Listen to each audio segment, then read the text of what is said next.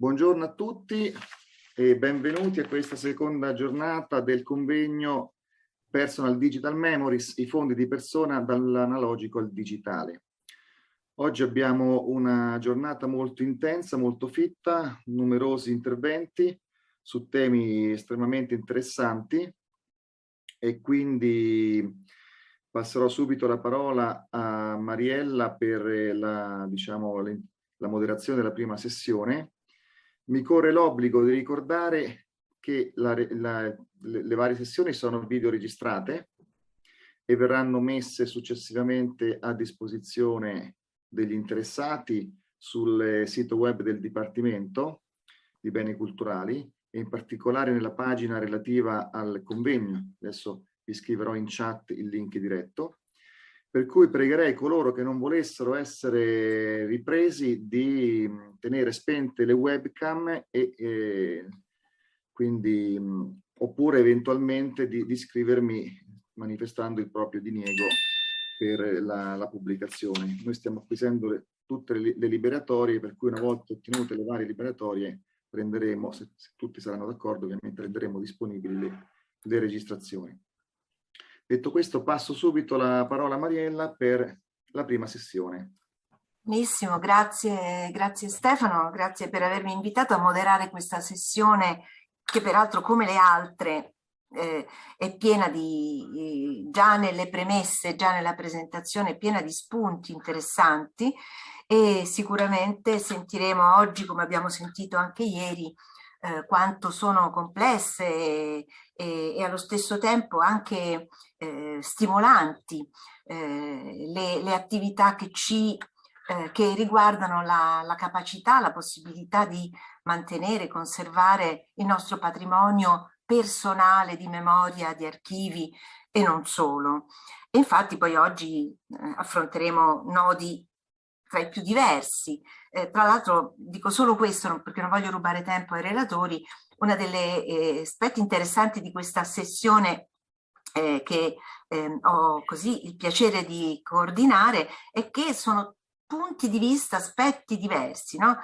Nodi concettuali e punti di vista, per l'appunto il titolo della sessione, con proprio scenari e approfondimenti specifici e probabilmente in questa fase è questo che bisogna fare. Non siamo in grado di affrontare un tema così complesso tutto insieme per tutte le problematiche enormi che questo tema solleva, ci pone, ma dobbiamo ragionare per, come dire, aree di avanzamento, aree di approfondimento.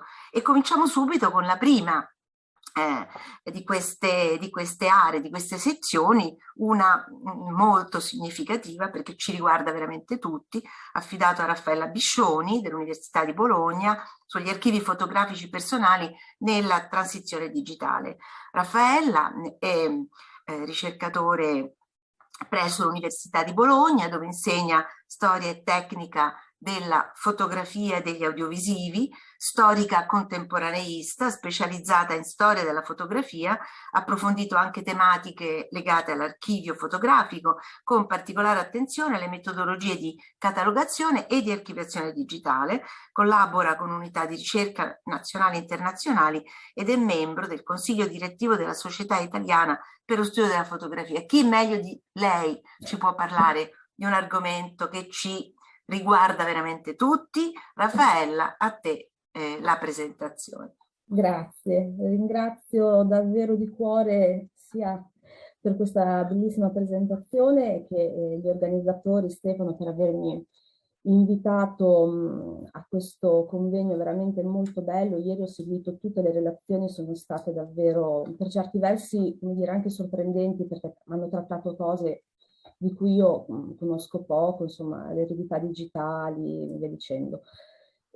Allora, scusate, torno indietro. A me è stato affidato il compito appunto di provare così a fare un quadro di quello che sono gli archivi fotografici di persona nella transizione digitale.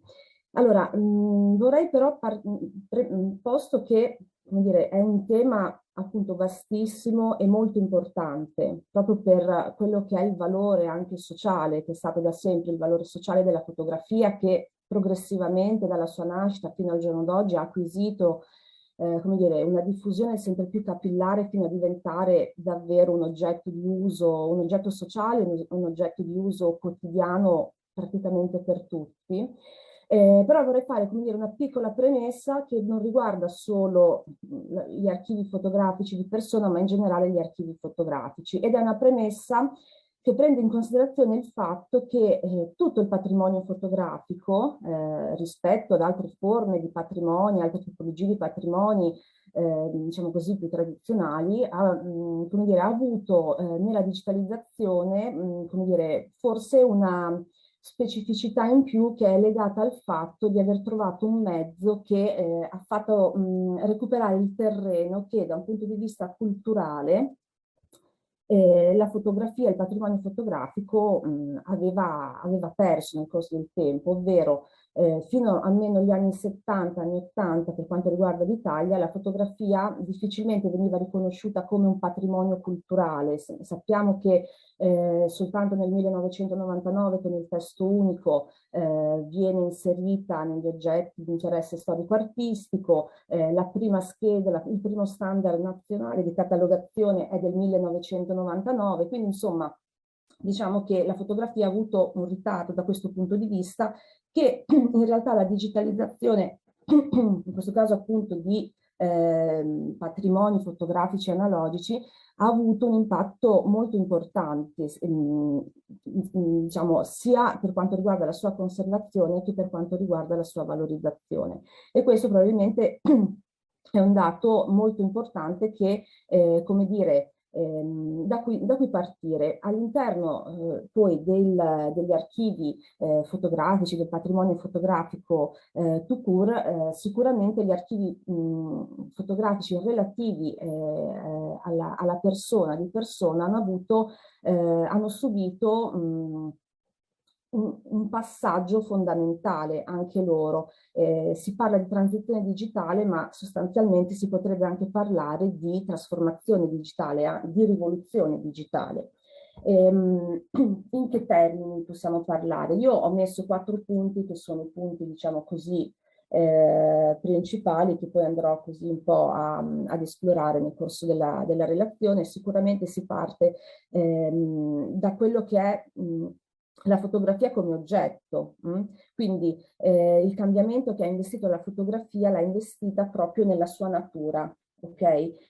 Non solo perché dai grani d'argento si è passati ai bit, ma anche perché questo tipo di cambiamento ha coinciso anche con una destinazione d'uso, diciamo così, diversa. Qua c'è tutto il tema, diciamo così, anche delle pratiche sociali che vengono fatte con la fotografia. La fotografia, diciamo che storicamente viene considerata la macchina della memoria, uno strumento intrinsecamente legato alla documentazione anche di una certa, come dire, di una certa configurazione spazio-temporale, e questo tipo di natura ha aperto la strada soprattutto, non solo, anche a pratiche legate ad esempio al ricordo, alla memoria. Con il digitale questo tipo di natura in parte cambia, non viene del tutto, come dire, messa da parte, ma sicuramente ai valori di fotografia in quanto testimone, in quanto memoria estrinseca di ognuno di noi, si aggiunge anche quella della fotografia come, diciamo, viene potenziato il lato discorsivo della fotografia, al punto che alcuni autori parlano proprio di una transizione verso una sorta di immagine conversazionale, cioè un'immagine che non viene più prodotta ai fini di memoria, ma veramente come fosse un messaggio da inviare e basta. Questo naturalmente si lega a un passaggio tecnologico fondamentale che è stata l'introduzione dello smartphone. Ancora più di quello che è stata, di quella che è stata l'introduzione della macchina fotografica digitale, la prima è del 1988, una Fuji, lo smartphone e poi il web 2.0 sicuramente hanno dato, come dire, la vera spinta verso questo tipo di passaggio. Questo perché se prima la fotografia veniva prodotta e anche, come dire, fabbricata, prodotta e pubblicata con il fine di essere inserita nell'album fotografico di famiglia piuttosto che nel libro fotografico o nel magazine, con il passaggio allo smartphone, la destinazione d'uso prevista direttamente dalle case produttrici è quella del web, è quella di produrre l'immagine e in tempo reale condividerla. Quindi questo è un passaggio, come dire, sicuramente molto importante che ha influito tantissimo nelle pratiche fotografiche. Le pratiche fotografiche a loro volta sono quelle che in qualche modo hanno contribuito a creare degli archivi fotografici, a determinare il tipo di sedimentazione che le fotografie avessero negli archivi fotografici, quindi anche in questo caso sicuramente questo passaggio influisce direttamente anche sul tipo di accumulazione, sedimentazione e archiviazione delle immagini fotografiche. Naturalmente bisogna, come dire, ricordare anche un altro punto che è fondamentale, cioè l'iperproduzione. Il valore economico della fotografia da un certo punto di vista cambia, perché se prima la fotografia non solo era, come dire, la pratica, l'organizzazione della fotografia veniva in qualche modo limitata dal supporto, quindi c'era il rullino che aveva un numero fisso di scatti, quindi più o meno chi voleva fare fotografia sapeva quanti scatti aveva a disposizione, in qualche modo c'era una selezione già a partire dalla fotografia, quindi dallo scatto fotografico, che poi, come dire, proseguiva con lo sviluppo e la stampa e la selezione delle fotografie migliori, fino poi ad arrivare, come dire, a una conservazione in album o nel famoso cassetto di famiglia. Con il digitale questo è un aspetto che viene a mancare, quindi si è portati a scattare in modo, come dire, libero, e da un certo punto di vista questo naturalmente rende la fotografia ancora molto più spontanea, i linguaggi in questo senso fotografici sono cambiati anche per questa ragione, però allo stesso tempo pone un grosso problema che è quello della mancanza, come dire, di selezione, o meglio, lo scatto, come dire, segue un concetto appunto di istantaneità. Instagram è nato esclusivamente, che è un social network, è nato esclusivamente per permettere alle persone che avevano uno smartphone di scattare fotografie e condividerle istantaneamente. Questo, oltre, come dire, ad avere appunto aumentato a dismisura il numero di scatti, rende anche da un certo punto di vista la fotografia un oggetto di consumo immediato, che immediatamente viene condiviso ma anche immediatamente viene quasi dimenticato, e nella massa di immagini che continuamente vengono scattate diventa molto difficile poi eventualmente recuperare quelle che potrebbero essere significative. Quindi in questo senso c'è proprio, come dire, un passaggio fondamentale anche proprio che la pratica determina, per cui non c'è più una selezione a monte anche di quello che si scatta, ma eventualmente la selezione è nel momento in cui viene condiviso, però spesso e volentieri entra in gioco poi un problema di recupero di queste immagini. Adesso io mi sto riferendo nello specifico proprio a tutto il percorso che viene seguito nel caso appunto di una destinazione finale di social network, però Anche per chi non ha l'abitudine di condividere, certamente sui social, certamente la produzione di fotografie diventa in questo senso comunque molto più facile e allo stesso tempo molto più difficile selezionarle. Da un certo punto di vista, quando si parla di archiviazione in di archivi di fotografie digitali in archivi digitali, sembra davvero che in alcuni casi sia più appropriato parlare di depositi che non di archivi, perché manca a volte completamente il tema della selezione di quello che si deve conservare. In questo senso, dunque, si parla già di oblio, di rischio di oblio per le immagini, anche quando non sono direttamente toccate o ancora toccate dall'altro grande problema della conservazione del digitale, che è quella dell'obsolescenza tecnologica. Okay? Quindi tra l'altro questo problema della frammentazione a livello di archiviazione delle memorie digitali in quanto deposito piuttosto che come archivi, nasce anche dal fatto che c'è anche una grandissima facilità di duplicazione, una tendenza alla duplicazione delle copie digitali di fotografie che rendono ancora più difficile questo tipo di attività, che è quella dello scarto fondamentalmente. Un altro, vabbè, la conservazione nel lungo periodo è sicuramente il grande tema degli archivi di persona, in generale degli archivi digitali, ma nel caso degli archivi di persona, come ieri è stato evocato, come giustamente credo che sia da tenere in considerazione, qualora non siano poi a un certo punto non entrino a far parte di istituzioni di conservazione, quindi istituzioni pubbliche che possono mettere in pratica, mettere in campo delle attività di conservazione nel lungo periodo, il rischio è davvero la perdita di tutto quello che si è prodotto. Esistono delle strategie, tutta una serie anche di studi che sono stati, come dire, che sono messi in campo da almeno 10 anni sul personal digital archiving, che in qualche modo cercano di portare consapevolezza fra gli utenti, fra le persone che appunto hanno dei propri archivi fotografici digitali, non solo in realtà, diciamo, archivi personali digitali, e che appunto cercano con poche regole e semplici regole di dare appunto di aiutare nella conservazione a lungo periodo, e effettivamente sono sostanzialmente 4 i passaggi che vengono consigliati.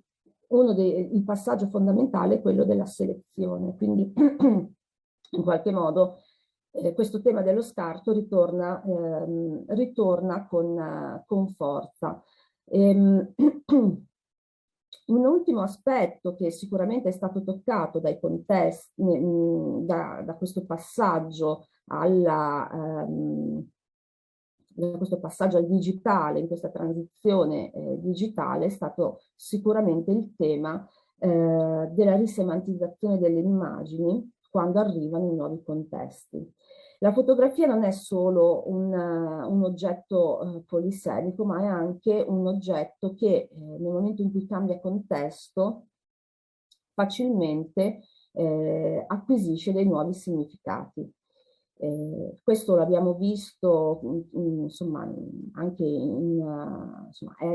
chiunque studi, come dire, fotografia in particolare è un tema che risulta subito evidente, come c'è anche un filone di studi che parla della biografia sociale delle immagini, intese come appunto un percorso che dal momento in cui nasce in un certo contesto di produzione e poi, come dire, nel corso della sua vita attraversa diversi contesti, questi contesti creano nuovi significati che vanno a in qualche modo arricchire, se non a volte anche magari stravolgere il significato originario delle immagini.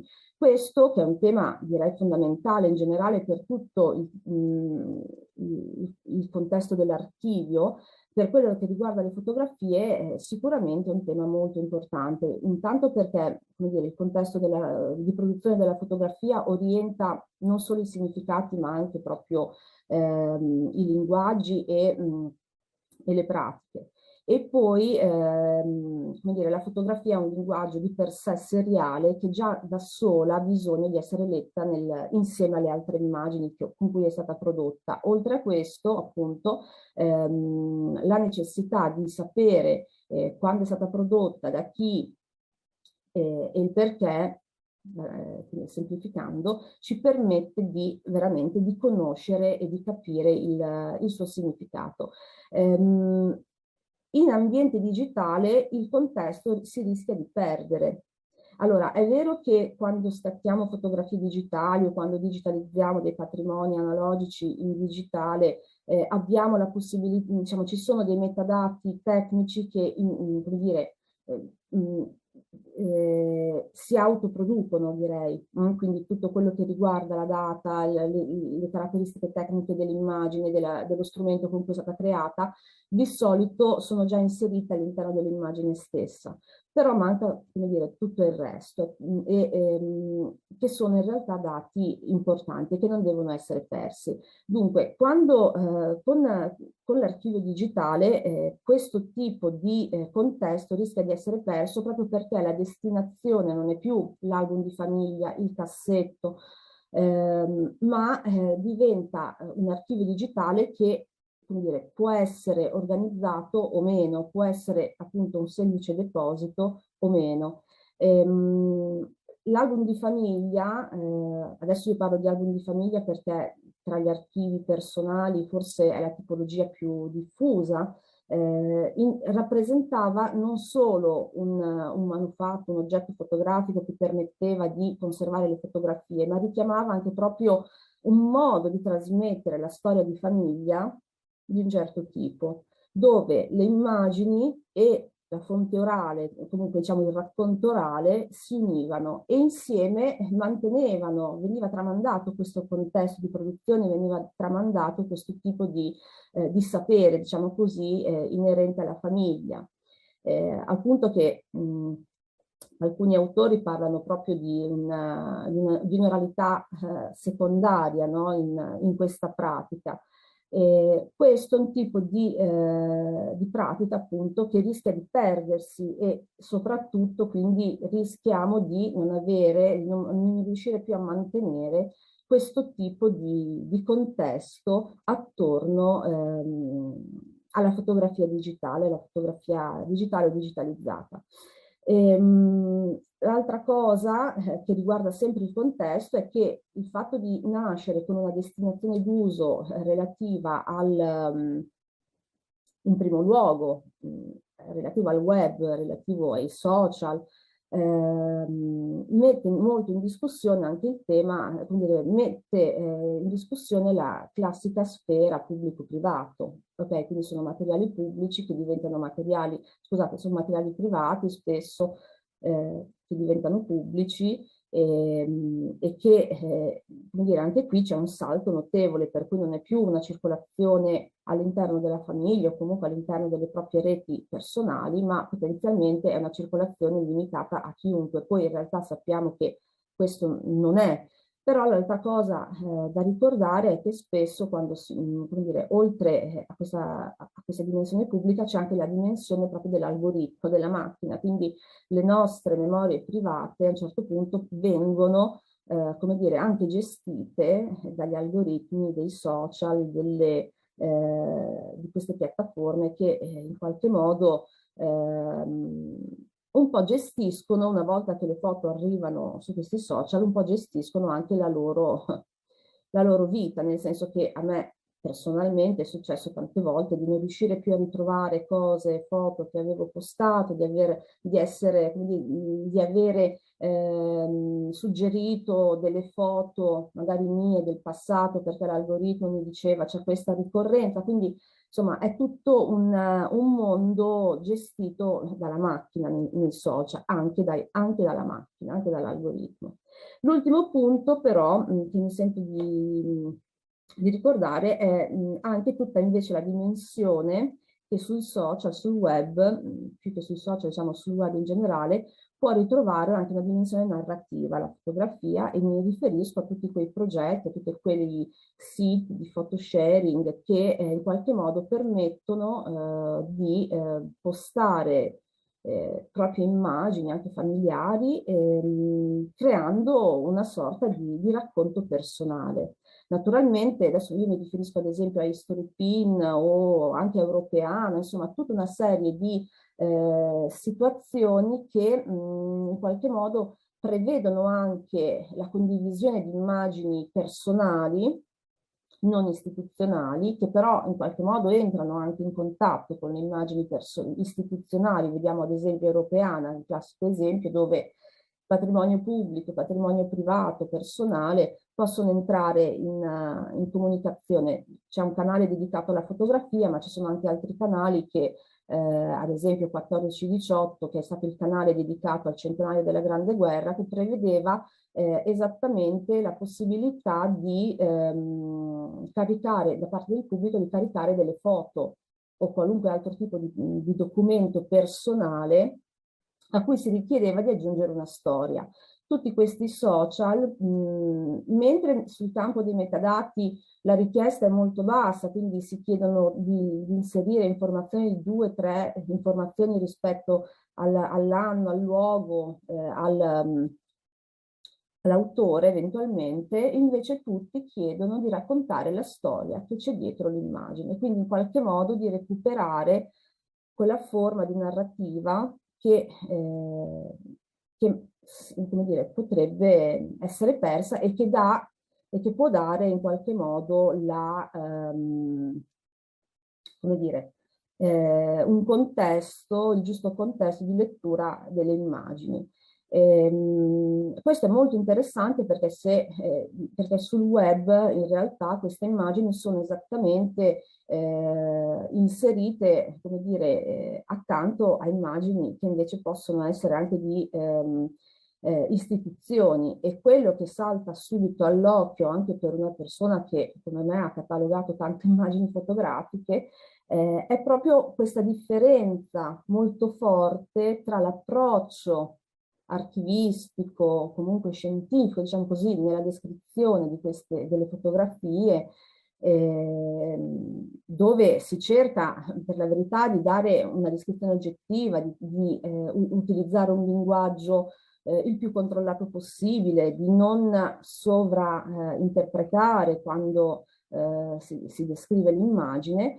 E al contrario, invece, queste descrizioni totalmente personali, con pochi dati certi, diciamo così, e tanto spazio alla narrazione scritta, insomma, alla descrizione scritta. Io mi fermerei qui perché...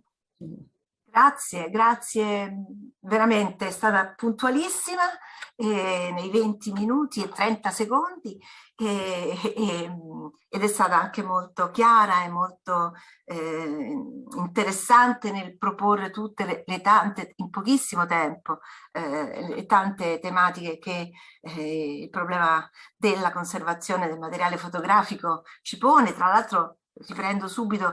Volevo solo riprendere questo punto, più che digitalizzazione siamo di fronte, l'ha detto lei all'inizio, ad una trasformazione dirompente. Ha parlato di rivoluzione, è una trasformazione dirompente che incide su tutti gli aspetti, e questo tocca la dimensione fotografica, in realtà tocca un po' tutti i domini, tutte le tipologie di documenti, tutte le tipologie di archivi, e quindi è giusto riprendere questi nodi che sono trasversali, che sono drammatici, anche in senso positivo naturalmente, no? Quante, come lei nella sua relazione ha detto, quante sono le potenzialità nuove.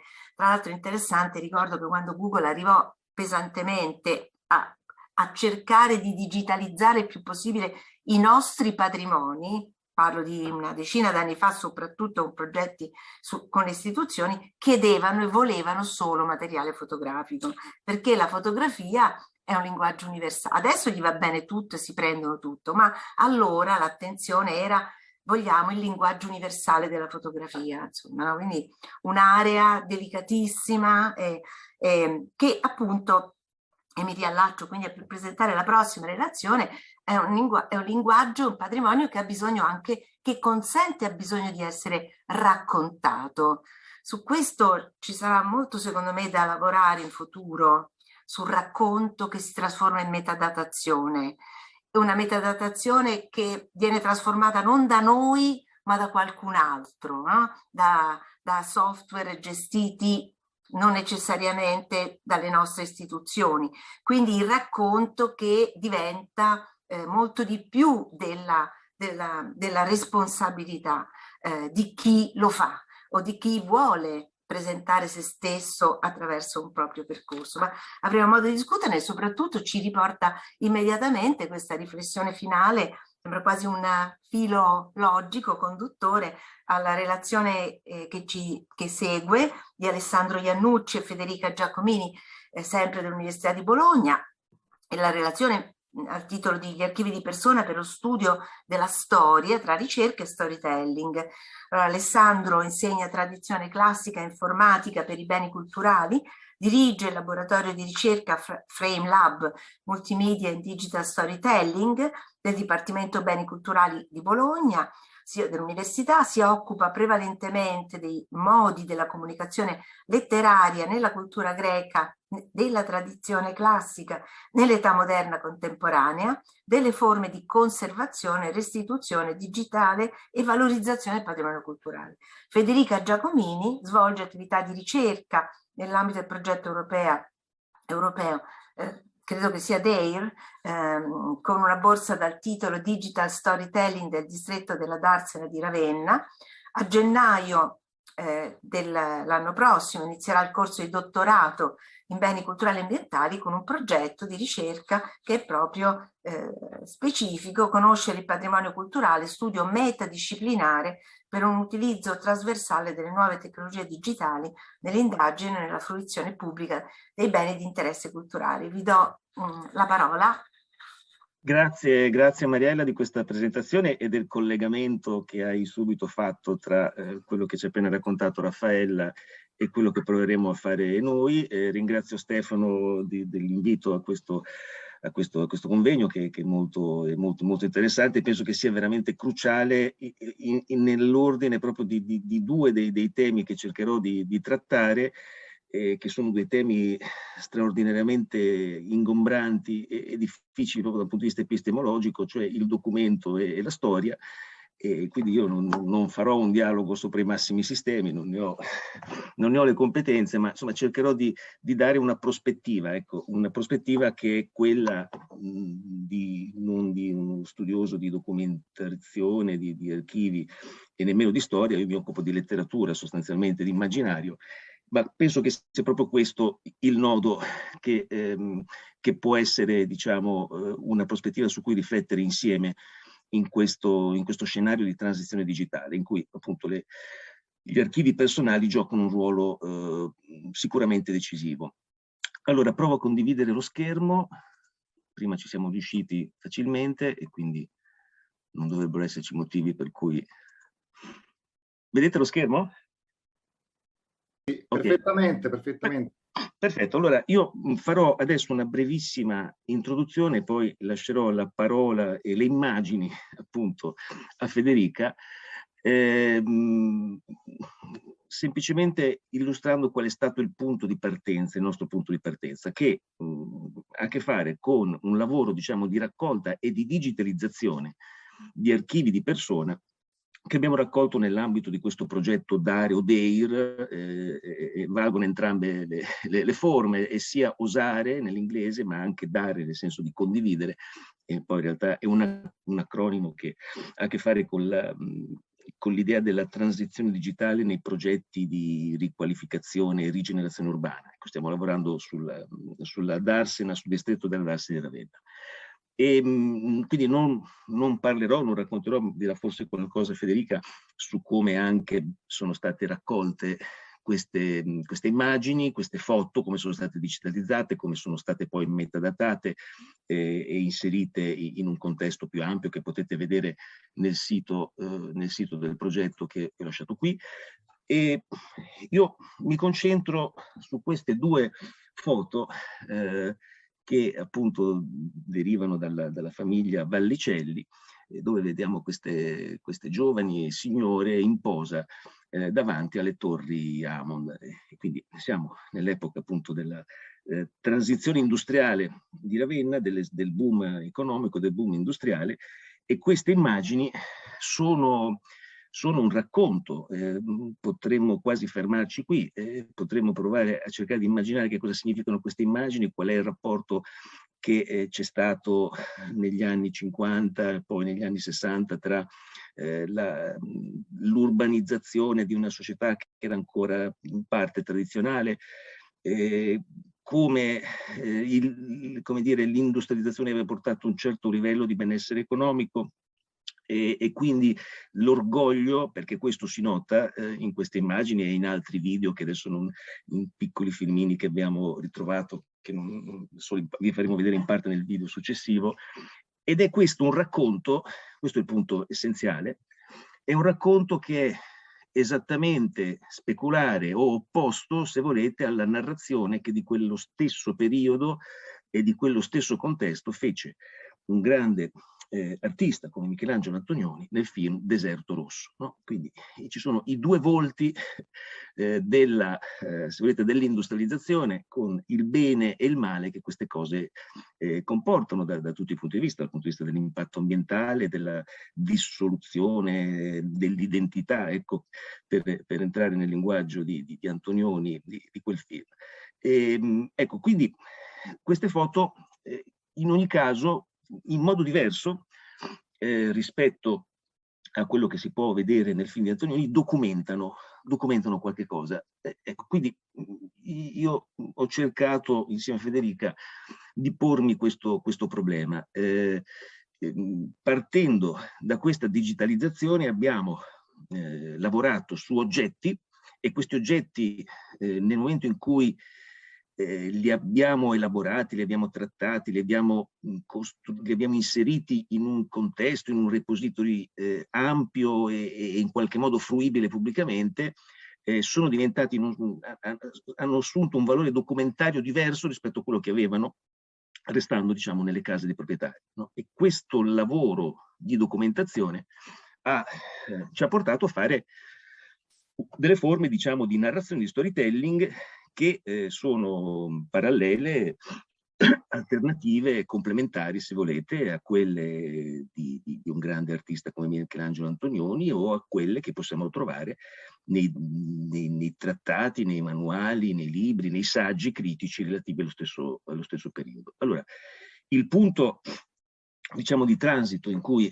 mi trovo nel fare questa breve presentazione è che probabilmente, e questo l'ha già in realtà detto Raffaella, la digitalizzazione degli archivi personali, il fatto che nella contemporaneità si debba anche quasi andare oltre il concetto stesso di archivio personale, perché c'è un continuo produrre di immagini che in qualche modo documentano una società, un insieme di individui. Ecco, credo che siamo in un contesto in cui proprio lo stesso concetto di documento e documentazione in relazione, in particolare, alla storia, stia mutando in modi che non siamo in grado di prevedere, di controllare, ma che probabilmente possiamo cercare di capire.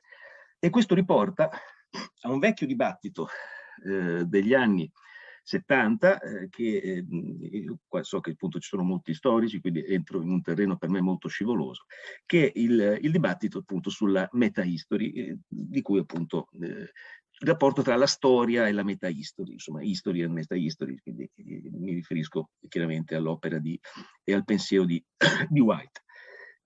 Allora, provo un attimo a soffermarmi sul concetto di documento e di documentazione, andando proprio a prendere dall'ambito biblioteconomico quelle che possono essere le possibili definizioni e i possibili problemi critici che il concetto di documento, che emerge dal concetto di documento sulla base di queste definizioni. Non sto a leggervele tutte, sono del resto tutti quanti voi noti, no? Note queste definizioni. Di fatto un documento coincide con un'entità fisica.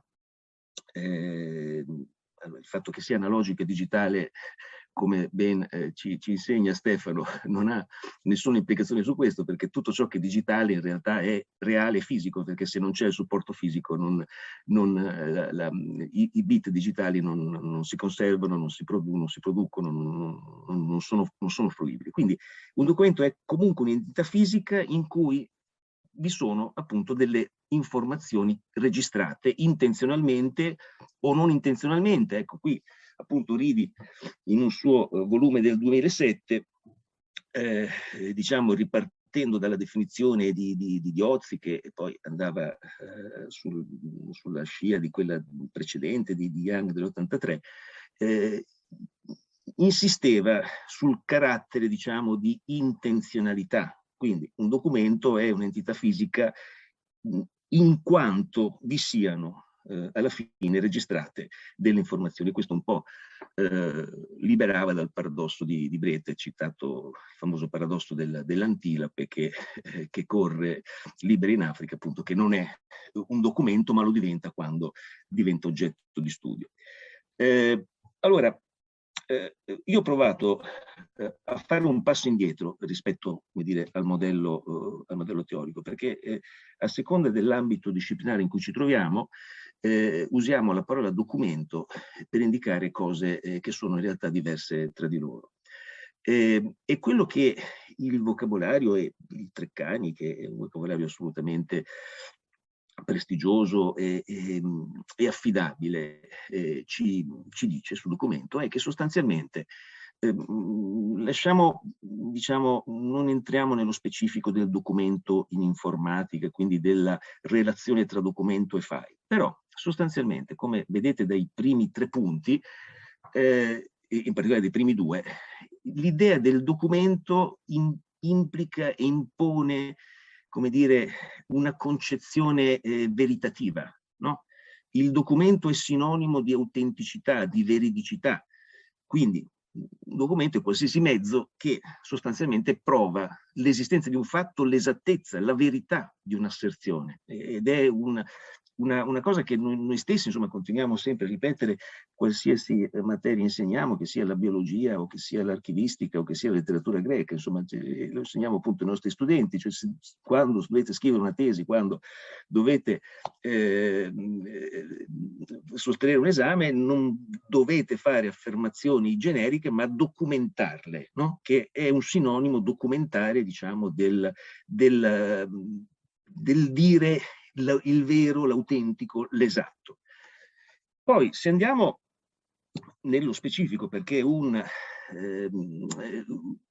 degli usi più significativi della parola documento nella nostra lingua è quello degli storici, no? Che a seconda che siano storici medievali, antichi, moderni o contemporanei, poi attribuiscono il valore di documento a oggetti e entità diverse, però sostanzialmente il documento storico è una testimonianza di qualsiasi genere, e questo vale anche per l'archeologia, no?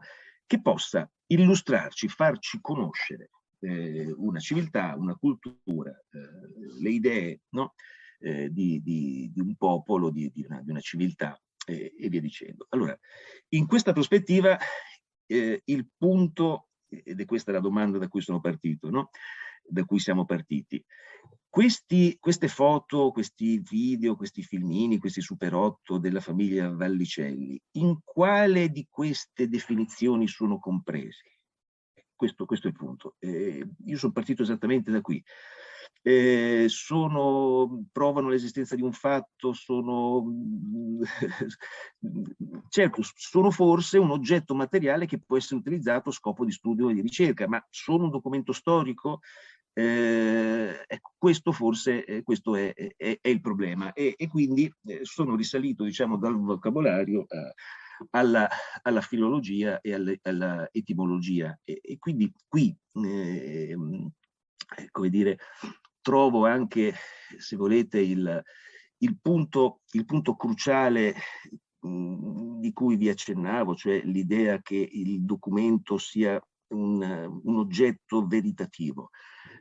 Documento appunto da docere, cioè, e l'idea è quella dell'insegnare, no? Quindi il documento è tutto ciò che, da cui si può apprendere qualcosa, da cui si può inferire. Quindi il documento ci porta alla formulazione di un giudizio. Da questo significato primario, originario, ecco che documento assume quel significato di prova, di testimonianza, che è testimoniata dall'accezione B del vocabolario, no? L'attestato rilasciato da una pubblica autorità. Quindi prova, testimonianza, ma anche, questo poi in senso più morale, monito, insegnamento. Quindi in questa filiera semantica, tra l'altro, va messa in relazione quella parola doctus, no? Che ha la stessa etimologia, quindi doctus è chi ha imparato, chi ha preso, no? Quindi un esperto. E questo, se volete, è già un primo snodo straordinariamente importante. Chi sono gli esperti che sono in grado di lavorare e di analizzare questi documenti, che hanno a disposizione questi documenti, no?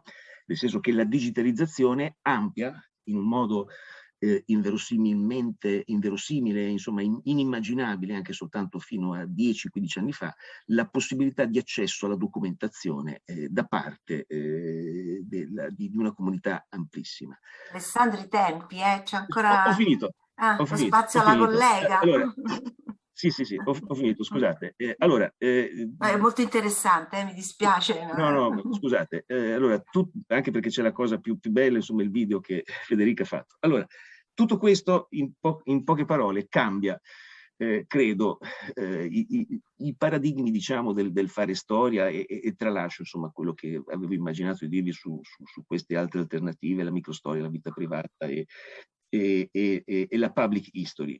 E ci riporta a un tema appunto manzoniano, se volete, che si ricollega alle cose che dicevo su White, cioè la possibilità di raccontare come esercizio e come forma dell'attività appunto di ricerca storica, ed è quello che in qualche modo abbiamo cercato di fare con questo racconto per immagini che è stato presentato al Festival della Storia lo scorso mese. Scusate, non avevo tenuto il tempo, do subito la parola a visione, lei può condividere.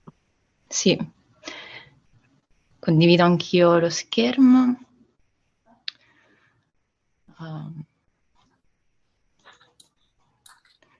Arrivo.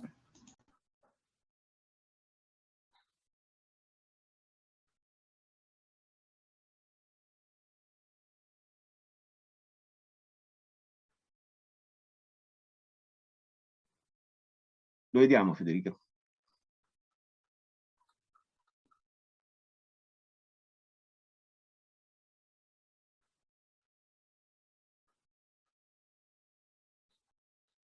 Federica, dovresti accendere il microfono. Mi sa.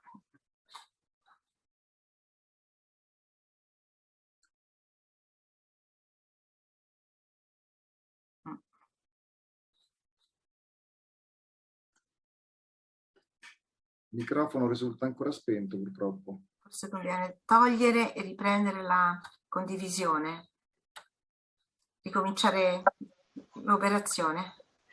Ora mi sentite? Sì, adesso sì. Ok, scusate, mi velocizzo. Allora, ricondivido.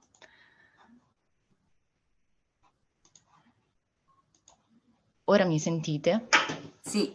Sì, ok, vado con la presentazione allora. Allora, appunto, come diceva il professor Iannucci, siamo partiti per costruire questo filmato da la narrazione, dalla visione di alcuni fondi privati che sono stati raccolti dall'Associazione Sguardi in Camera per il progetto Dare. Quindi sono dei documenti che fanno riferimento all'area principalmente della Darsena e del Porto Canale, e sono in particolare il fondo Vallicelli, Coletti, che ha menzionato anche il professor Iannucci, e il fondo Garoni. Appunto descrivono che sono dei fondi, due tra i tanti fondi che mostrano l'area della Darsena nel periodo di massima espansione economica e di industrializzazione. Quindi è un filmato a base parziale d'archivio e parte dallo studio di questi documenti, che come sappiamo sono dei documenti molto, molto particolari, perché appunto, se da un lato offrono un punto di vista molto personale, quindi parziale sulla storia, su alcuni momenti del passato, dall'altro lato ci restituiscono uno sguardo, anche una visione appunto inedita e anche qui, come diceva il professore, molto diversa da quella trasmessa, dall'immagine trasmessa da opere molto più famose. Per raccontare quindi anche queste storie siamo partiti dal documento per iniziare una ricerca che è proseguita poi con un'operazione che è molto semplice, ma credo fondamentale in questi casi, quindi con la raccolta delle testimonianze orali, la trascrizione di queste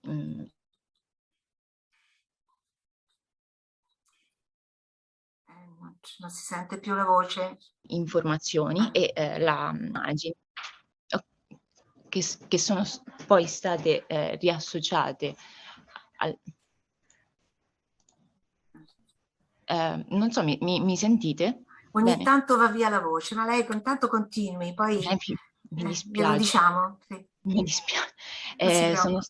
Sono state riassociate appunto alle immagini per tentare di comprenderle per quanto possibile e contestualizzarle meglio, andando oltre, diciamo, anche la dimensione, l'aspetto estetico, la suggestione che trasmettono solitamente. Appunto nel caso parlando di visione inedita, nel caso della signora Vallicelli e del signor Garoni si percepisce una visione di questo periodo storico legata a una dimensione quasi ludica. Vi mostro appunto una parte del filmato che spero si vedrà bene e si sentirà bene. Io provo, se c'è qualcosa ditemi subito. Sì, va tutto bene. Perfetto. Guarda che vivi da Darsena, dico bene. Da quando sono nata, prima non stavo qui, ma stavo, dico, fuori vicino al passaggio a livello, c'era una casa lì, abitavo lì.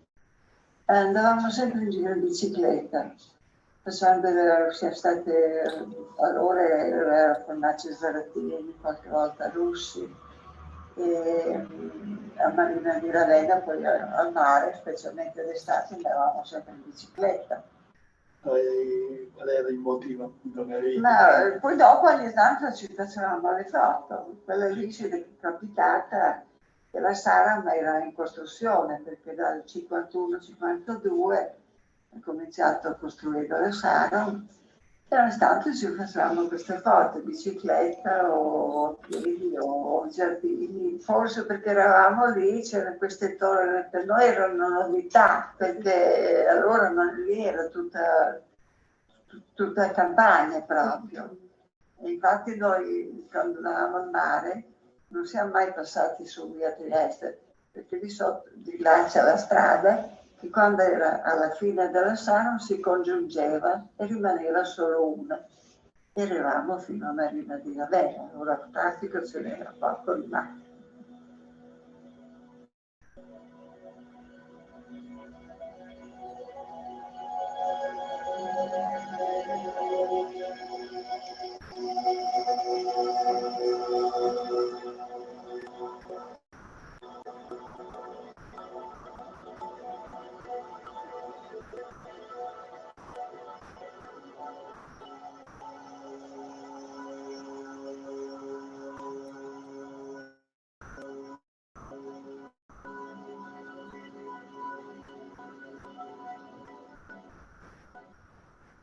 Ho il corpo miti dei treni lungo la Darsena, e mi ricordo anche di quando iniziarono a chiudere i binari, insomma. Dice, beh, adesso i treni come fanno? Adesso Candiano è diventato bello, più fine, più museale, ma allora era vero porto, bello. Mio marito faceva gruista, era portuale e faceva gruista anche nel porto proprio di Ravenna, che era molto attivo, ci passavano i treni, si lavorava anche domenica perché mio marito senz'altro è stato orgoglioso di tutte quelle cose. Sono stati anche pagati bene perché erano come privilegiati. Era un'avventura, vedere stenare i treni, camion, mi sono appassionato di cose industriali, era bello vedere.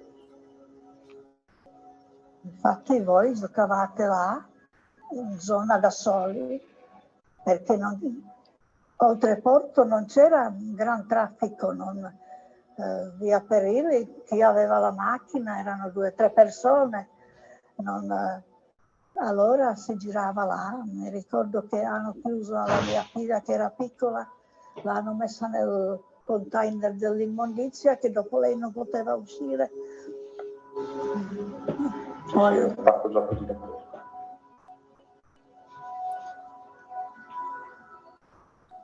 Poi nel cortile della nostra casa c'era Poggiali con legna, che faceva anche profumo delle volte, non si sentiva l'inquinamento.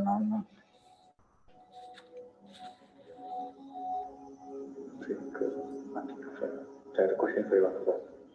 E quindi anche poi pensando al ritrovo, certe cose che io dicevo, però guarda cosa facevano i propri all'asso, tutti inquinati, poi l'inquinamento di 50-60 anni, cioè non è una cosa di adesso. E quindi la coscienza, diciamo, a ritroso c'è, ma lì per lì non ci si pensava, anzi poi tutto il movimento del lavoro che c'era, e quindi penso che anche adesso buona parte della gente pensi l'inquinamento con il lavoro, quindi si inquina però da lavoro, prima dava lavoro, basta. Federica, per i tempi? Sì, facevo vedere solo questa parte perché appunto è quella... No, molto... E vabbè, poi c'era una parte diciamo più operativa relativa alle altre testimonianze, però se ho già sforato mi fermo sì. qua. No, certo. No, se vuole dire qualcosa in conclusione, insomma, no? Su questa esperienza anche. Ma semplicemente appunto che questi documenti sono molto interessanti, anche secondo me quasi avanguardistici per certi versi, perché si presentano come dei materiali grezzi, non elaborati, e quindi offrono veramente lo spunto per fare tante altre riflessioni, proprio incoraggiano al racconto. Giusto, grazie. No, è veramente molto molto interessante e questi racconti sarebbe bello sentirne tanti, perché secondo me ci portano a un nodo molto significativo, cioè il rapporto tra patrimonio culturale, patrimonio che riusciamo a raccogliere, acquisire, conservare negli nostri scaffali, che siano digitali o meno, il rapporto tra noi che siamo archivisti, bibliotecari, le vestali di questo patrimonio, e la vita autonoma che questo patrimonio ci può invece portare ulteriore rispetto alla vita che noi possiamo raccontare, no?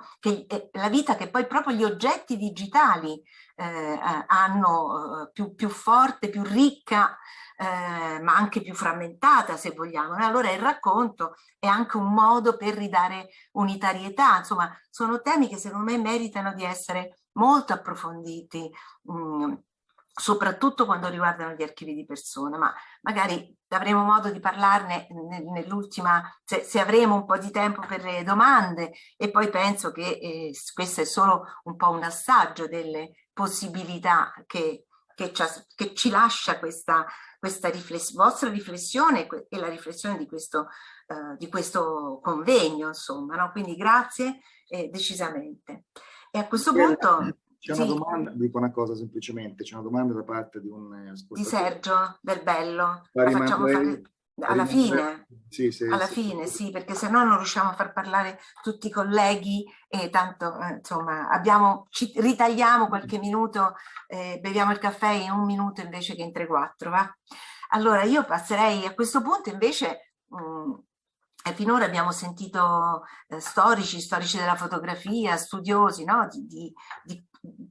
Che lavorano sulla restituzione, sulla fruizione del patrimonio. Adesso sentiamo invece i colleghi che stanno dalla parte sono le vestali del patrimonio e in particolare questa relazione di Anna Rovella dell'Università della Calabria sugli archivi personali tra conservazione e accesso alla corrispondenza digitale, con note a margine, dice il titolo. Anna è professore associato di archivistica e archivi digitali presso l'Università della Calabria, dove è anche direttore del Master di secondo livello in conservatore dei documenti digitali, coordinatore del Centro di Eccellenza in Economia e Gestione della Conoscenza, ha coordinato progetti di ricerca nazionali e internazionali, partecipa a gruppi di lavoro per la standardizzazione dei processi di gestione e conservazione dei documenti digitali, ha insegnato in molti atenei, Roma 2, Tor Vergata, Salerno, ed è membro del collegio dei docenti del dottorato in umanesimo e tecnologie dell'Università di Macerata. Le do la parola su un tema molto molto delicato. Anna.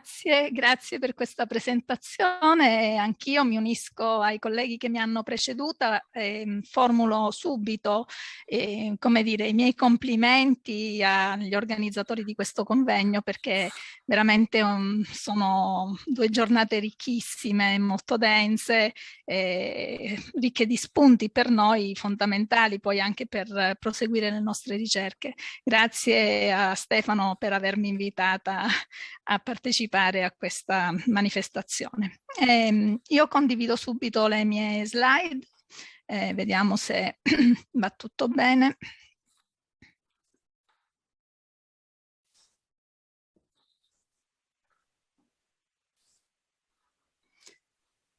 Riuscite a vederle? Sì, tutto a posto. Metti presentazione. Sì, vado in presentazione, un attimo solo perché ho la barra che mi copre il menu di sopra, quindi cerco di trovare dove la parte di presentazione perché non la trovo, non la vedo. Se no sotto. Sì, sposto un attimo la barra così riesco a vedere. Ok. Perfetto.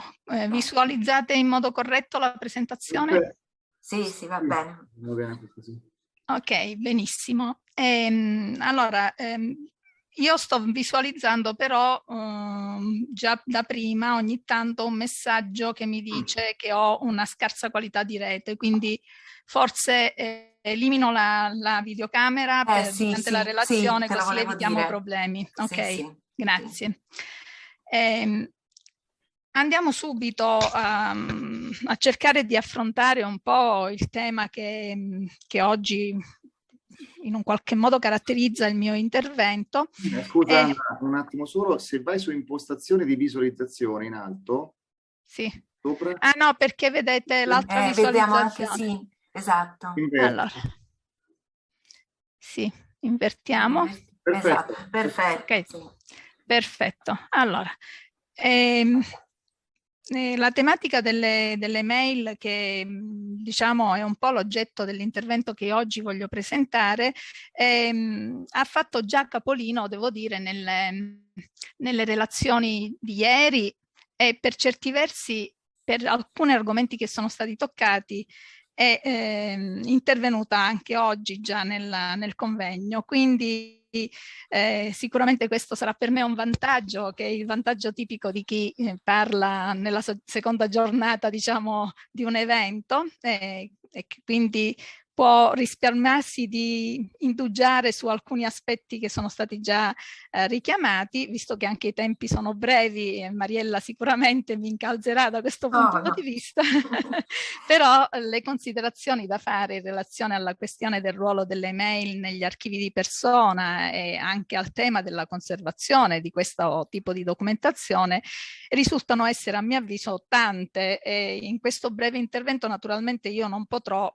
concentrarmi su tutti diciamo gli aspetti che sono come dire possibili rispetto a questo tema. Farò soltanto alcune brevi sintetiche note a margine di quello che può essere un discorso soprattutto anche in una prospettiva futura.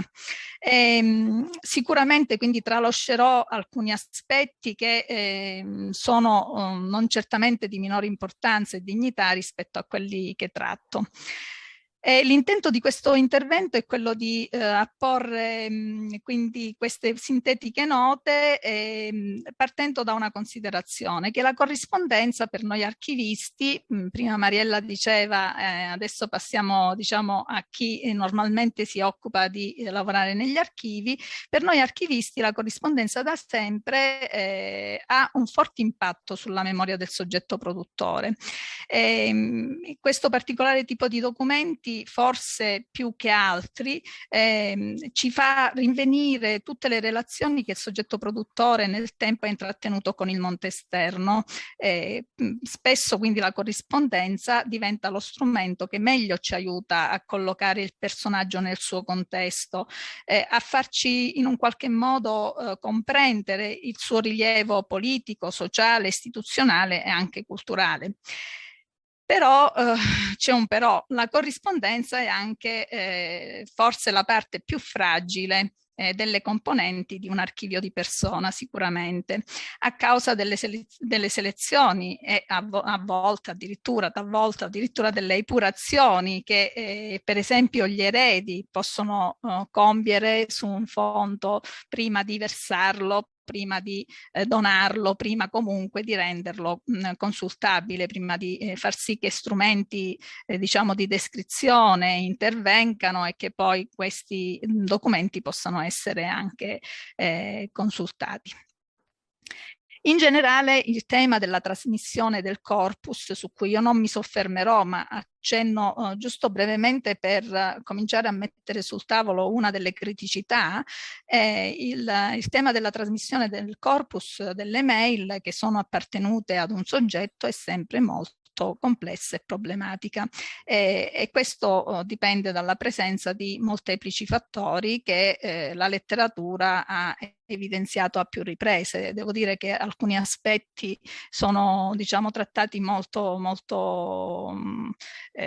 come dire, molto dettagliatamente anche nella pubblicazione di Stefano Allegrezza sugli archivi di persona nell'era digitale. Tutti i problemi di trovare sostanzialmente un corpus che è misto, in parte digitale, in parte cartaceo, di diversi account di email, insomma tanti temi, tanti problemi, ecco, potremmo dire così. Nella slide che state vedendo ho voluto riportare i dati i numeri diciamo che la posta elettronica registra oggi. La posta elettronica è uno strumento diciamo abbastanza giovane tutto sommato, perché è vero che nei giorni scorsi abbiamo letto sul web che sono 50 anni dal primo messaggio inviato, però sappiamo bene che poi di fatto lo sviluppo vero e proprio di sistemi di trasmissione di mail è un po' più recente. Però i numeri sono veramente pazzeschi, perché si parla di 306 miliardi di email al giorno, oltre 101 mila miliardi di messaggi di posta all'anno, e nel 2025 le stime sono quelle di 376 miliardi di email al giorno e sicuramente 4 miliardi di persone utilizzano la mail e lo fanno almeno al 50% di questo numero utilizzando lo smartphone. Questo ci dà un'idea di quanto sia diffuso diciamo, l'uso della posta elettronica, e tutto sommato ci dà anche un altro elemento, cioè che nonostante il dilagare dei social e dei sistemi di messaggistica, l'uso della posta elettronica si conferma comunque come un importante sistema di comunicazione. E questi numeri incrementali che stiamo vedendo ci devono spingere quindi ad una riflessione anche per quello che potrà essere il nostro approccio futuro a questo tema, perché quando parliamo di archivi sì, dobbiamo in un qualche modo riflettere su come trattare il patrimonio che abbiamo già, ma sarebbe buona norma avere anche una visione un po' più di prospettiva e cominciare a ragionare su quali problemi incontreremo in futuro in ragione di questi numeri. Questi sono dati comunque che continuano a crescere e di certo la pandemia diciamo, ha dato un impulso ulteriore, perché vediamo per esempio alcuni dati di Agid che in questo periodo di pandemia ha registrato 11 milioni di caselle di PEC attivate e quindi quasi 3 miliardi di messaggi scambiati, cioè veramente delle cifre pazzesche. Ovviamente i dati sulla PEC sono in parte rilevanti, riferibili alla pubblica amministrazione, anche se vi è un numero non trascurabile di professionisti che fa largo uso di questi strumenti, perché è uno strumento, la PEC, per lo svolgimento delle attività di queste persone. Questa è la ragione per cui negli archivi di persona noi non di rado potremmo imbatterci in messaggi di posta elettronica certificata. Certamente la conservazione della PEC è comunque più sentita che non quella, diciamo, della posta elettronica ordinaria, e questo avviene sicuramente anche nei soggetti privati. La causa è sicuramente il carattere di recapito certificato e di opponibilità a terzi che contraddistingue appunto la PEC. Nello stesso tempo giova ricordare comunque che la conservazione della posta elettronica in generale, quindi non solo della PEC, è un adempimento che ci rimanda a specifici obblighi civilistici. Pensiamo all'articolo 2712 del Codice Civile, che ovviamente obbliga appunto alla conservazione di questo tipo di documento. E nella slide che state vedendo vedete alcuni dati che abbiamo, scusatemi, ecco qui, questa è la slide, alcuni dati che abbiamo rilevato durante un'indagine che il laboratorio di documentazione dell'Università della Calabria ha svolto su tutte le pubbliche amministrazioni italiane, naturalmente. Da questa indagine si può vedere che la mail è praticamente la tipologia di documento che viene conservato di meno. Quindi questo dato diventa rilevante anche in una riflessione sugli archivi privati, sugli archivi di persona. Perché? Perché se questa sensibilità non c'è addirittura nella pubblica amministrazione, dove della mail si fa un uso anche all'interno di procedimenti amministrativi, almeno nella fase istruttoria ed interna, sicuramente questa sensibilità la troviamo ancora di meno negli archivi di persona.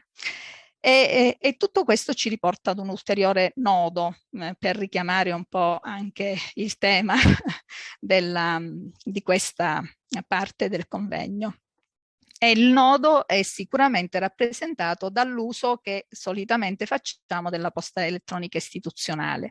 Questi account di posta elettronica istituzionale non di rado vengono utilizzati anche come account di posta personale. Quindi se da una parte è vero che non ci sono, almeno nel nostro paese, divieti su questo tipo di uso all'interno delle amministrazioni, a meno che ovviamente non ci siano regolamenti specifici o non si generino dei conflitti con le finalità e gli indirizzi politici dell'amministrazione. Dall'altra parte la giurisprudenza italiana ci dice che l'account è di proprietà del soggetto che lo rilascia, quindi chiaramente di proprietà dell'amministrazione, e la password non serve a proteggere la privacy del dipendente, ma solo ad evitare l'accesso di terzi.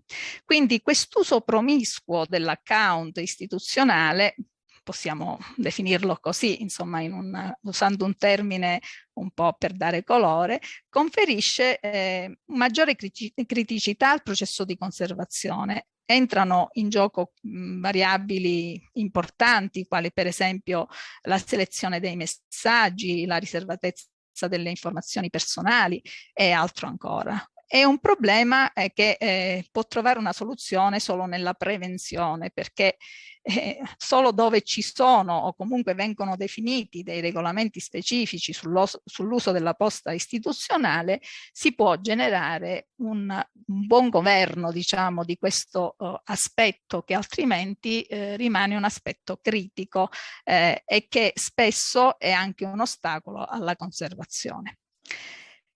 È buffo però rilevare come se prima di marzo del 2020 era vero che più facilmente noi utilizzavamo l'account di posta istituzionale anche per diciamo un uso più personale, a seguito del diffondersi dello smart working appunto nel periodo del lockdown, abbiamo assistito a una situazione esattamente opposta.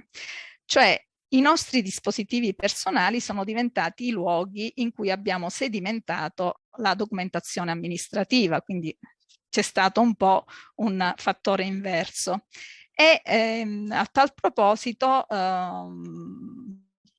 possiamo ricordare, anche se sono passati alcuni anni, tutta la disquisizione sulla natura di documento amministrativo del messaggio di posta elettronica nel dibattito internazionale che si era aperto in merito alla questione delle mail di Hillary Clinton e al problema della mancata conservazione. Sulla base della crescente esigenza di tutelare gli archivi di mail in ambito internazionale, sono stati sviluppati una serie di tool e di progetti. Diciamo che questi tool, questi progetti sono riconducibili a progetti che sono nati in ambito di archivi, biblioteche e musei, e questi strumenti mirano in una logica di open source a rendere possibile la gestione del ciclo di vita delle mail e anche la lavorazione degli archivi di posta a fini di tutela e di valorizzazione. E si punta molto sull'aspetto della facilità del recupero dell'informazione, e infatti in questi strumenti nell'implementazione troviamo applicazioni di tecniche di machine learning, di NLP, che consentono da una parte risultati sulla classificazione delle mail in base al contenuto e dall'altra l'estrazione di conoscenze diciamo da quello che può essere un contesto di termini, frasi o concetti. Questi progetti, come vedete nella mail, sono assolutamente elaborati da istituzioni diciamo molto note, molto conosciute, e sicuramente segnano un punto importante in quello che può essere lo scenario di riferimento del trattamento e della conservazione degli archivi di posta elettronica in quello che è il contesto dei fonti privati. Spesso questi strumenti vengono utilizzati con specifiche piattaforme di conservazione digitale. Pensate per esempio a queste due piattaforme che appunto sono state elaborate sicuramente in conformità allo standard OAIS, ma che vengono proprio utilizzate per la conservazione diciamo dei documenti che vengono trattati preventivamente attraverso i software che abbiamo visto prima.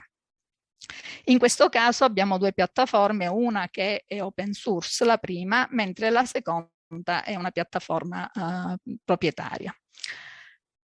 Progetti internazionali ce ne sono tantissimi. Io nella slide ne ho riportato soltanto 3, diciamo, scegliendoli un po' sulla base sia della tematica ma anche diciamo della rilevanza dell'istituzione che li ha generati e che li sta portando avanti. Cosa ci restituisce tutto questo panorama? Ci restituisce uno scenario diciamo di riflessioni, interventi, spunti importantissimi, ma nello stesso tempo anche uno scenario, un contesto molto frammentato.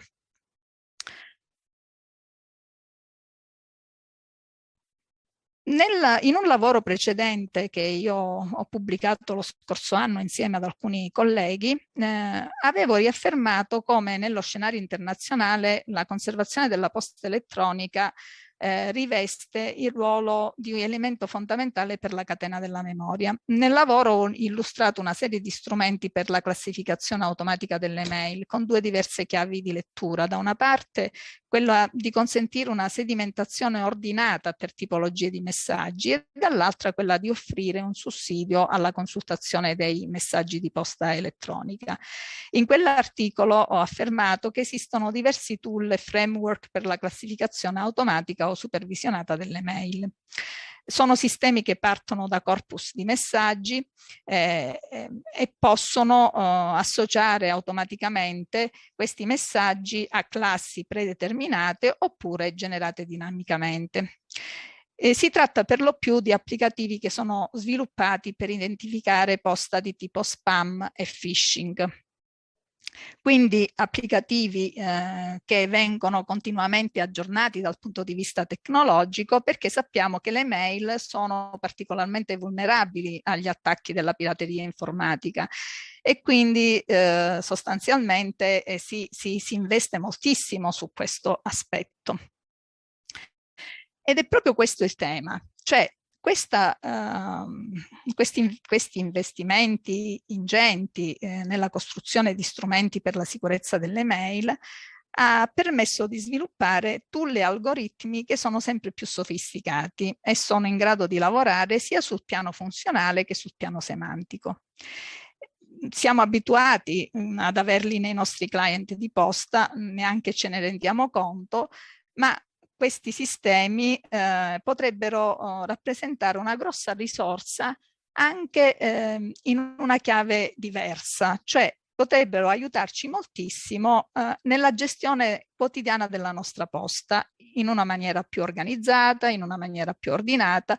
Questo comporterebbe ovviamente il fatto di avere una sedimentazione che poi è più facile da gestire in una fase successiva di conservazione, di recupero, diciamo valorizzazione anche del patrimonio. Fermo restando che ovviamente, specialmente negli archivi di persona, la sedimentazione organizzata dal soggetto produttore dà essa stessa una chiave di lettura dell'archivio e della personalità del soggetto, quindi chiaramente anche questo è un elemento che va considerato. Naturalmente su questo tema ci vorrebbe uno sforzo diciamo di tutti gli stakeholder che sono coinvolti in questi processi. Si potrebbe pensare a un coinvolgimento non solo e non tanto nazionale, ma un coinvolgimento per esempio a livello di Unione Europea, perché naturalmente stiamo parlando di creare una concertazione con i colossi dell'informazione, con Google, con Microsoft, con Apple, che sono i proprietari dei primi 10 client di posta al mondo e che di fatto da soli controllano il 90% del mercato della posta elettronica. È evidente che questi signori dell'informazione in questo momento non avvertono nessuna pressione della domanda di strumenti a supporto della gestione dei messaggi di posta elettronica in un'ottica della conservazione. Però nella stessa maniera ritengo che la concertazione ripeto, anche a livello europeo, di ruoli, di regole, di metodologie di tutela delle mail nel dialogo tra le istituzioni e le aziende potrebbe rappresentare un tema di grande forza anche in una logica di cittadinanza digitale, perché lo troverei davvero un aspetto anche di democrazia veramente, di partecipazione completamente diversa. I messaggi di posta elettronica possono essere anche degli oggetti complessi, possono cioè avere al loro interno del testo, delle immagini, delle tabelle, dei grafici. Questo è un altro elemento, diciamo, un po' di criticità, se vogliamo, nell'aspetto poi della gestione, ma soprattutto della conservazione di questi messaggi. E possono anche presentare dei link o degli allegati.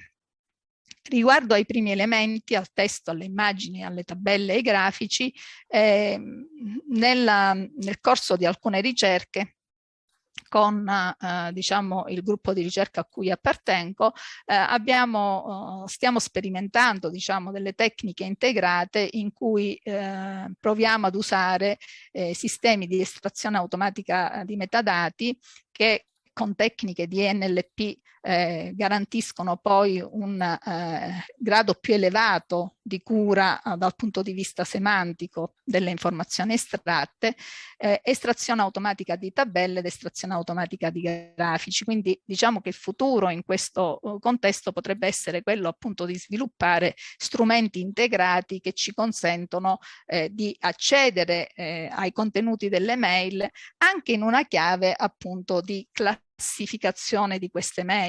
Ovviamente non sto parlando di una classificazione archivistica, ma sempre di una classificazione per contenuti. Il problema dei link ci rimanda a un problema che mi guarderò bene dal trattare, perché abbiamo lo specialista che è Stefano Allegrezza, che è quello dei formati, cioè avere un link in una risorsa sappiamo che dal punto di vista del formato significa tanto, quindi significa anche la possibilità di perdere l'informazione che viene linkata se il formato non è adeguato. Per quanto riguarda gli allegati, naturalmente si aprono tante altre problematiche che sono più squisitamente legate poi alla questione proprio del documento, il suo valore probatorio e altri aspetti che chiaramente in questo contesto non voglio trattare, ma che sicuramente rimangono sullo sfondo. Concludendo, sicuramente possiamo dire che esiste una quantità, diciamo, secondo me rilevante tutto sommato di letteratura scientifica che è dedicata al tema delle mail, sia dal punto di vista della classificazione automatica delle mail, sia dal punto di vista della sicurezza, sia dal punto di vista di quelli che possono essere i processi di gestione a fine del recupero, della valorizzazione di questi patrimoni e poi della conservazione dei patrimoni stessi. Sicuramente è un panorama ricco di spunti metodologici, di approcci tecnologici, un contesto però che presenta luci ed ombre. L'insieme di strumenti e progetti ad oggi elaborati restituiscono un messaggio positivo di un crescente interesse verso questo tema, e già questo mi sembra insomma un po' un punto di partenza, visto che per molti anni non è che poi questo tema sia stato veramente al centro della discussione. Si tratta di un approccio capace di produrre un aumento dell'efficienza, la capitalizzazione della conoscenza, la tutela della memoria, una prospettiva che potrebbe essere potenziata dall'uso di alcuni elementi in maniera forse più consapevole e più coerente. Mi riferisco per esempio ai metadati, mi riferisco alla possibilità ovviamente di utilizzare formati che consentano una conservazione che sia quanto più autoconsistente, quindi per esempio il formato FITS. In quella pubblicazione che citavo prima facevo riferimento proprio al formato FITS come possibilità di conservare i messaggi di posta elettronica, in quanto il formato FITS dà la possibilità di conservare il documento insieme, diciamo, metadati, keywords e tutti gli elementi che possono quindi documentare e rappresentare al meglio l'oggetto che stiamo conservando. Non mi voglio dilungare neanche su questo aspetto del FITS, perché naturalmente, a parte averlo diciamo, rapidamente trattato in quella pubblicazione, ripeto, abbiamo qui una persona che ha scritto tanto, Stefano Allegrezza, sul FITS e sui vari usi che se ne possono fare. Sicuramente cosa vediamo come futuro? Io qui nella slide ho voluto sottolineare delle sfide che però nello stesso tempo, a mio avviso, sono anche delle criticità. Innanzitutto la necessità di fare un'azione di sistema. Lo dicevo prima, ci sono tanti approcci, però sono molto disaggregati. Sistematizzare in un qualche modo attraverso una prospettiva i diversi approcci potrebbe, secondo me, portare dei grandi vantaggi. La cooperazione tra i diversi stakeholder, tra i diversi attori diciamo, coinvolti è un tema che la professoressa Guercio ha trattato più volte e io concordo assolutamente con la sua posizione, credo che sia uno degli elementi di soluzione, diciamo, per certi versi del problema della conservazione delle mail. Tutta la problematica della conservazione l'abbiamo vista con la questione dei metadati, FITS e anche altri elementi. Un problema di qualità, diciamo, in quello che è il processo di recupero e nell'accesso alle mail, e su questo ho visto che diciamo, si sta cercando di fare molto, ma vorrei chiudere il mio intervento con un auspicio, visto la sede che ospita questo evento, che nel futuro prossimo siano proprio le università ad assumere un ruolo nella tutela del patrimonio degli archivi di persona, ottemperando alla loro funzione di terza missione e di public engagement e creando quella cultura e quella sensibilità che potranno fare la differenza. Grazie. Grazie Anna per questa relazione veramente esaustiva, breve, ma come doveva essere naturalmente per i tempi, ma ricchissima di indicazioni, di suggerimenti e hai dato voce alle nostre preoccupazioni, però hai anche fornito elementi, diciamo, non solo di auspicio, ma anche di indicazioni che ci dicono che si può trovare qualche soluzione almeno ad alcuni di questi aspetti più critici che ci preoccupano moltissimo. Stefano Allegrezza ha proprio, mentre tu concludevi, ricordato che ormai si va addirittura oltre le mail. Quando parliamo ormai di carteggi digitali dobbiamo considerare i WhatsApp, l'Instagram, una varietà di canali, una maggiore natura effimera di questi percorsi, tanto che finiremo per auspicare che tutti usino le email, perché almeno hanno una dimensione sostenibile, non nei numeri, ma almeno nella capacità di gestione. Quindi è veramente un quadro molto utile, credo, e che ci porta poi a proseguire su questa strada proprio con il passaggio dai carteggi digitali tout court, con la loro complessità, perché io ricordo solo la mia esperienza così collaborando con gli archivi nazionali americani, quando arrivò la documentazione di Obama, del presidente, 400 milioni di messaggi della sua segreteria, non solo personale, ma insomma, dopo gli archivi nazionali, nel frattempo sono passati anni e anni, gli archivi nazionali hanno dovuto dichiarare fallimento rispetto al loro obbligo istituzionale di rendere questo archivio disponibile ai cittadini americani. Perché? Perché non potevano gestire i livelli di sicurezza e di riservatezza nel mettere a disposizione questo patrimonio. Quindi per ora l'archivio Obama non è consultabile se non per piccolissime componenti, quindi per dire quanto. E veniamo quindi all'ultima relazione che riprende e approfondisce, se vogliamo, questi aspetti, non solo, quindi dal carteggio di persona al carteggio delle persone che operano in una istituzione e sono carteggi personali, sono carteggi dell'istituzione, quindi l'ambiguità che cresce anche su altri fronti.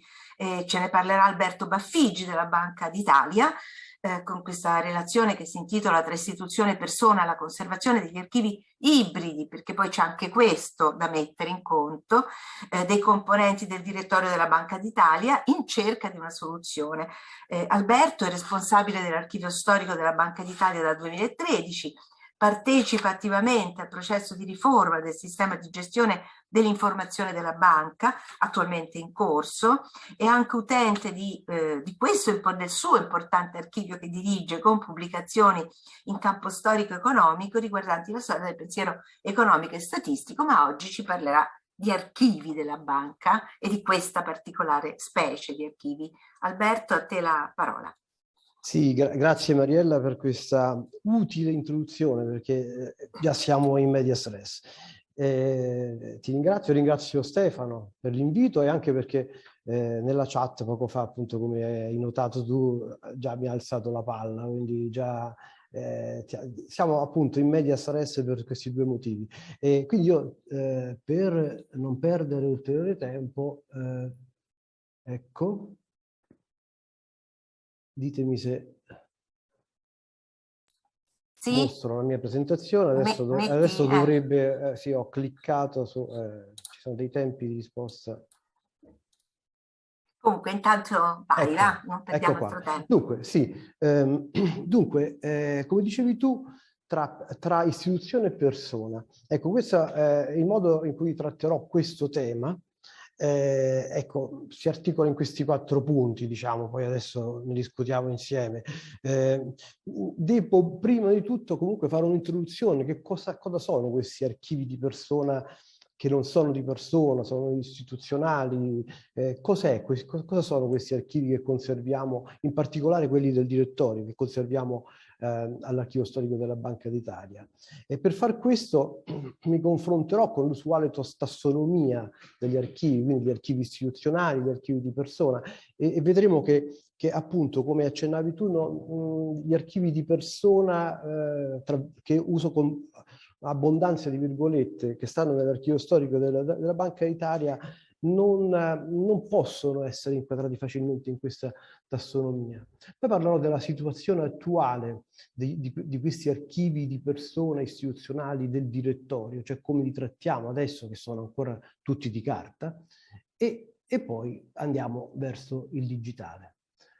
Faccio questa domanda iniziale, quindi la prendo un po' alla lontana, come dicevo, perché mi sembra sia importante per capire l'oggetto della discussione. La domanda è: ci sono archivi di persona conservati presso l'archivio storico della Banca d'Italia? Come dicevo, la risposta non è scontata.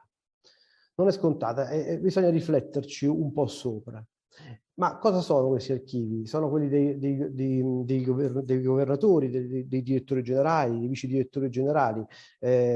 La carica di direttore generale, di governatore, al momento è affiancata da un direttore generale e 3 vice direttori generali. Non è stato sempre così nella storia. Bonaldo Stringer, che è stato il primo dei 10, ne ho contati 10 finora, di governatori della Banca d'Italia, entrò in carica nel 1928, dopo quasi un trentennio in cui fu direttore generale, quando direttore generale era l'apice della gerarchia, quindi non c'era il governatore. Faccio una panoramica senza commentarlo, vi faccio vedere quali sono le parole che in questi fondi compaiono nella descrizione archivistica. Badate, non ho fatto questi tag clouds per i testi. Descrizione archivistica fatta dagli archivisti della Banca d'Italia. C'è quindi Bonaldo Stringer, c'è Donato Menichella che ha versato queste carte, c'è Paolo Baffi, però ci sono anche, su questo faccio un cenno, ci sono dei fondi, archivi di persona che rappresentano personalità interne o esterne alla banca, che comunque hanno caratteristiche simili a quelle di cui stiamo parlando. Questo rapporto ambiguo, diciamo, tra persona e istituzione. L'economista Federico Caffè, che lavorò in banca e poi andò all'università, le carte di Beneduce, le carte del ministro De Stefani, le carte di Rei, Guido Rei, ex presidente dell'Istat. Ecco, questo è un po' il menù, è l'ambito in cui ci muoviamo. Giorgio Mortara è uno dei fondatori del servizio studi, consulente all'epoca della Banca Italia. Non c'è un fondo Mortara, ma molte carte di Giorgio Mortara sono sparse nei vari fondi.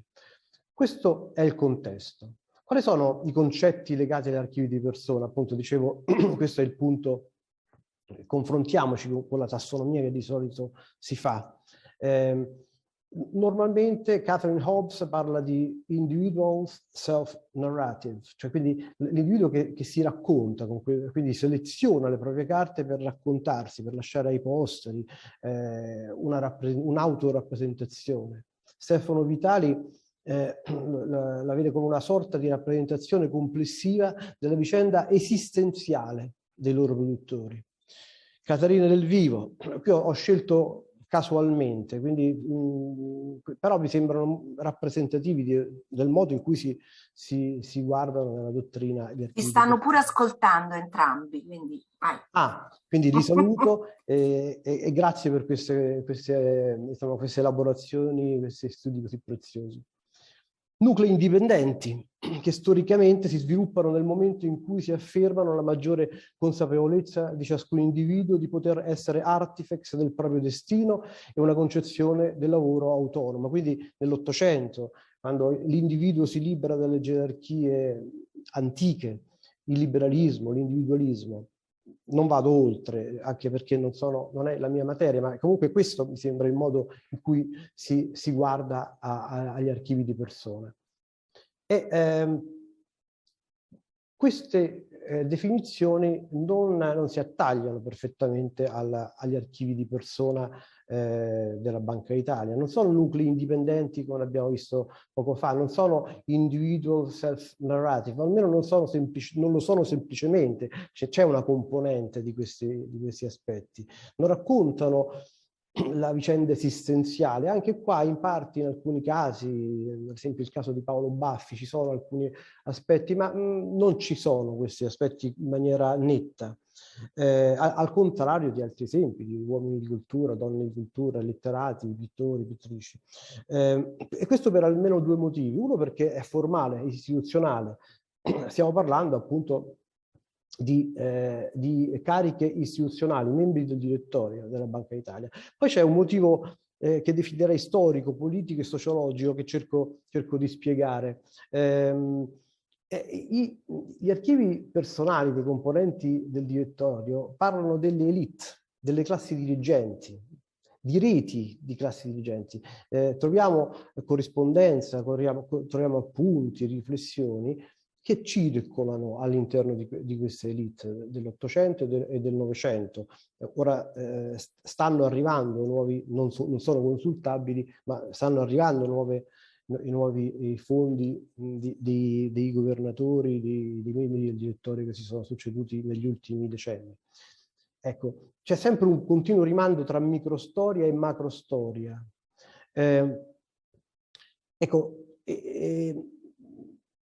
Quindi, insomma, ecco, questo è il motivo per cui dobbiamo guardare con spirito critico a questi oggetti. Ed è interessante farlo, perché è interessante farlo proprio per osservarli dal punto di vista del loro status di documento.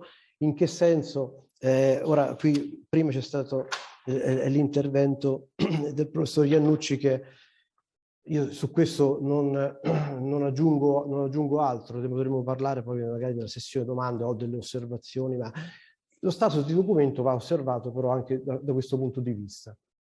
Stanno aumentando perché ci sono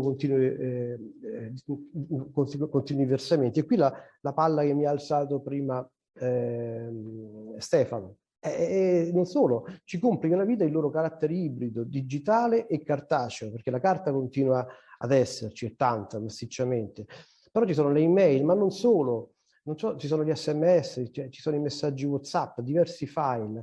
Qui mi viene in mente che probabilmente c'è anche un processo simile a quello di cui prima parlava Raffaella Biscioni in relazione alle foto. Quando, se ho capito bene, ecco, io mi sono annotato, c'è questo passaggio, la foto che diventa conversazionale. In fondo qui succede, il documento diventa conversazionale, la differenza tra scrittura, comunicazione scritta e comunicazione orale si sfuma. Il WhatsApp che cos'è, l'SMS che cos'è, e le abbiamo, e questo lo vedremo tra poco, ci mette in difficoltà. È una sfida che stiamo cercando di affrontare. Quindi adesso, insomma, questo è il punto, insomma. Non si tratta di archivi di persona in senso stretto. I documenti versati all'ASVI, all'Archivio Storico della Banca d'Italia, non rappresentano soltanto i soggetti che li hanno prodotti.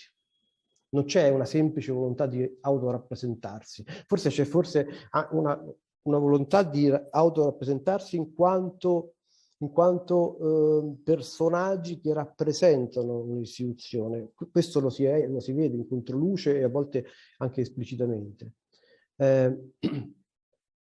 Quindi questo è il punto.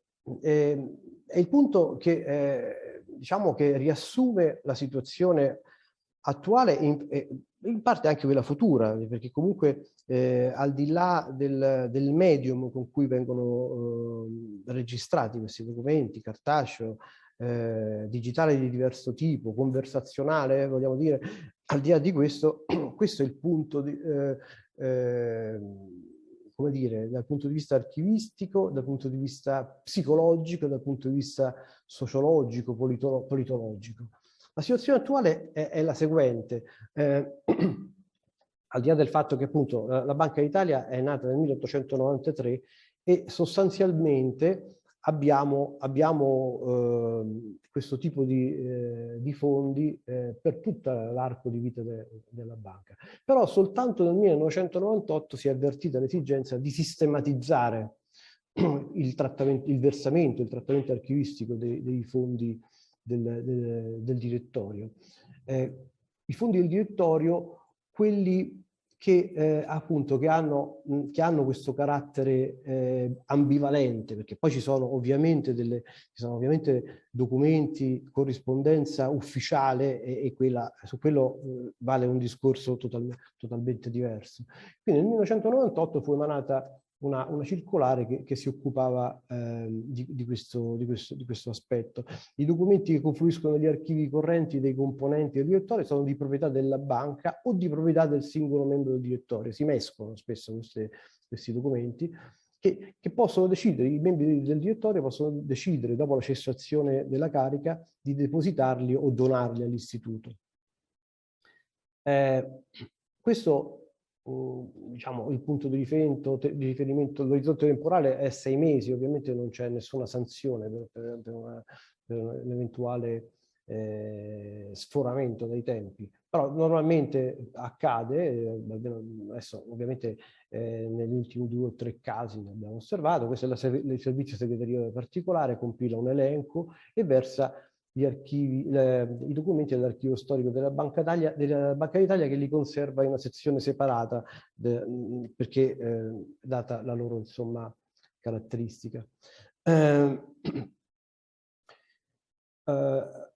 Come riferimento dal 1998 si sono succeduti 3 governatori: Antonio Fazio, Mario Draghi e Ignazio Visco, tuttora in carica. Il suo mandato scade tra circa 2 anni.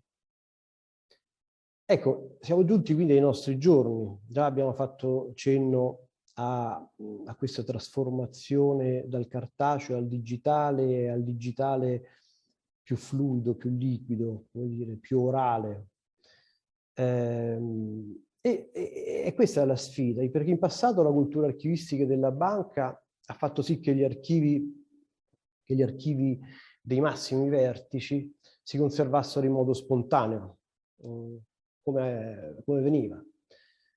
e risentendo della più o meno accentuata tendenza a conservare i propri documenti che caratterizzava i singoli personaggi, perché un governatore come Paolo Baffi fu un eccezionale archivista di se stesso, con rimandi da una cartella all'altra, fotocopie che riportavano stralci del proprio diario per collegarlo a una discussione in corso, a una lettera scambiata con un politico, con un economista, eccetera, eccetera. Diciamo, farsi una passeggiata dentro questo fondo è affascinante, molto bello. Non tutti hanno questo atteggiamento, questo approccio al proprio archivio, però altri archivi sono altrettanto ricchi. Ora però tutto questo non è possibile, la spontaneità non basta più la volontà di conservare, l'abbiamo detto, l'abbiamo sentito dire stamattina, eccetera. Il direttore attuale, ecco, la sfida è oggi. Il direttore attuale più del precedente governatore, entra veramente nell'era digitale. Non tutti i documenti sono digitali, si stampa ancora qualcosa, però c'è questo aspetto. C'è questo aspetto che stiamo cercando di affrontare. Quali sono le sfide? Le sfide, appunto, sono la principale probabilmente è quella di connettere tutto questo materiale. Cos'è un affare? Un messaggio WhatsApp insieme al discorso pronunciato ufficialmente dal governatore, più le bozze, le email che si scambiano i collaboratori del governatore per fare un discorso, e questo è un bel problema. Appunto, l'abbiamo detto, si sta ampliando il concetto di documento. Sono documenti, le email, sono gli SMS, i messaggi WhatsApp. E su questo c'è una consapevolezza degli attuali vertici che ci chiedono di trattare questo tipo di documenti, che ha appunto, adesso lo abbiamo detto, qui io riporto una frase di Stefano, che in passato, pur nella loro fragilità e incertezza, i documenti giunsero fino a noi, in alcuni casi in maniera rocambolesca, in alcuni casi perché gli archivi funzionavano bene, ma comunque giunsero fino a noi. Ora questo lo ripetiamo perché questa è la sfida, perché non sono io il primo a dirlo, l'abbiamo sentito dire questa mattina, l'obsolescenza è la sfida principale di tutti, dal punto di vista della memorizzazione, dei supporti di memorizzazione, dei formati, delle piattaforme tecnologiche. Ecco, su questo la Banca d'Italia sta riflettendo. È urgente